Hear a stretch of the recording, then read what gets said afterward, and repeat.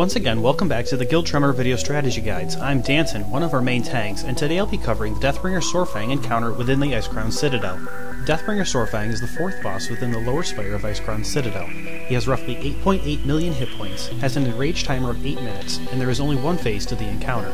The entire fight is about managing how much blood power Saurfang gets. Blood power is the equivalent to runic power in the Death Knight class, although a very important note, Saurfang's blood power grants him an increase of 1% damage per 1 blood power.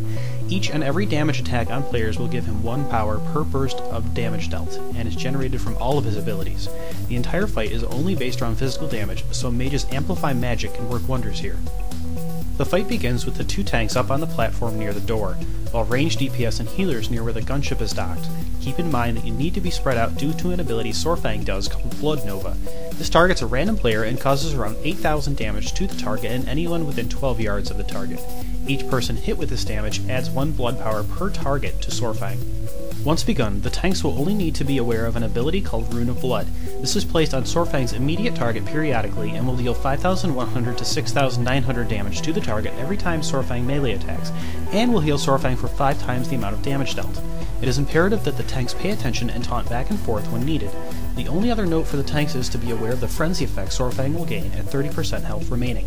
This will increase his attack speed by 30% for the remainder of the encounter, regardless if he is healed above 30% health.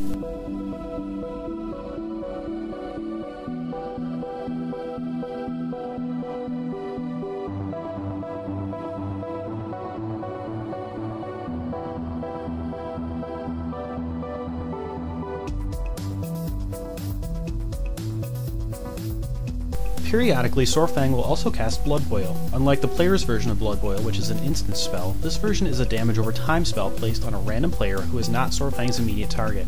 This will deal 5,000 damage every 3 seconds for 15 seconds. Each tick of damage will grant Saurfang 1 blood power. Every 35 seconds, Saurfang will summon 2 blood beasts. These beasts will only melee, but every successful attack grants Saurfang 1 blood power. The general idea here is to have ranged classes kite these beasts around while they are single targeted and killed.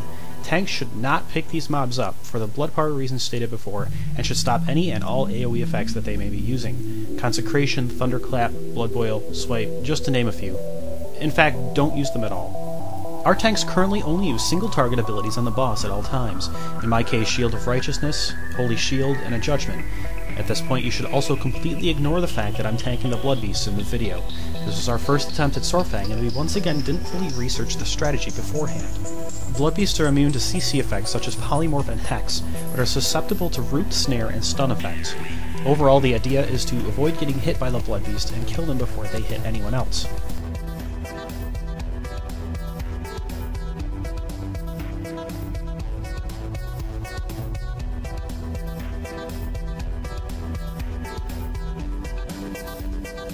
As if this wasn't enough, when Saurfang gains 100 blood power, he will target a random player and cast Mark of the Fallen Champion on them.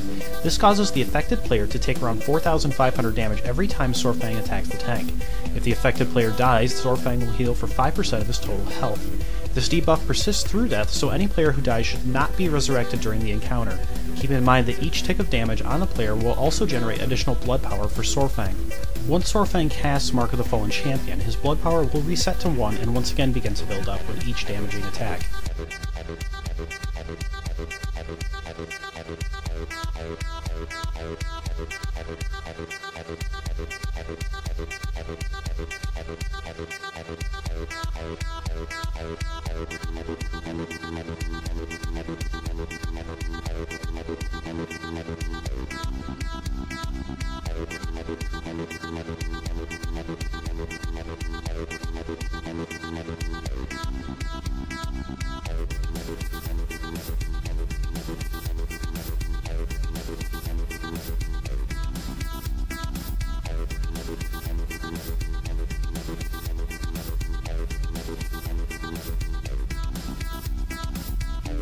As always, thanks for watching our videos. If you have any questions, I encourage you to post them on the YouTube comment section below, or feel free to visit our website forums at www.feelthetremor.com.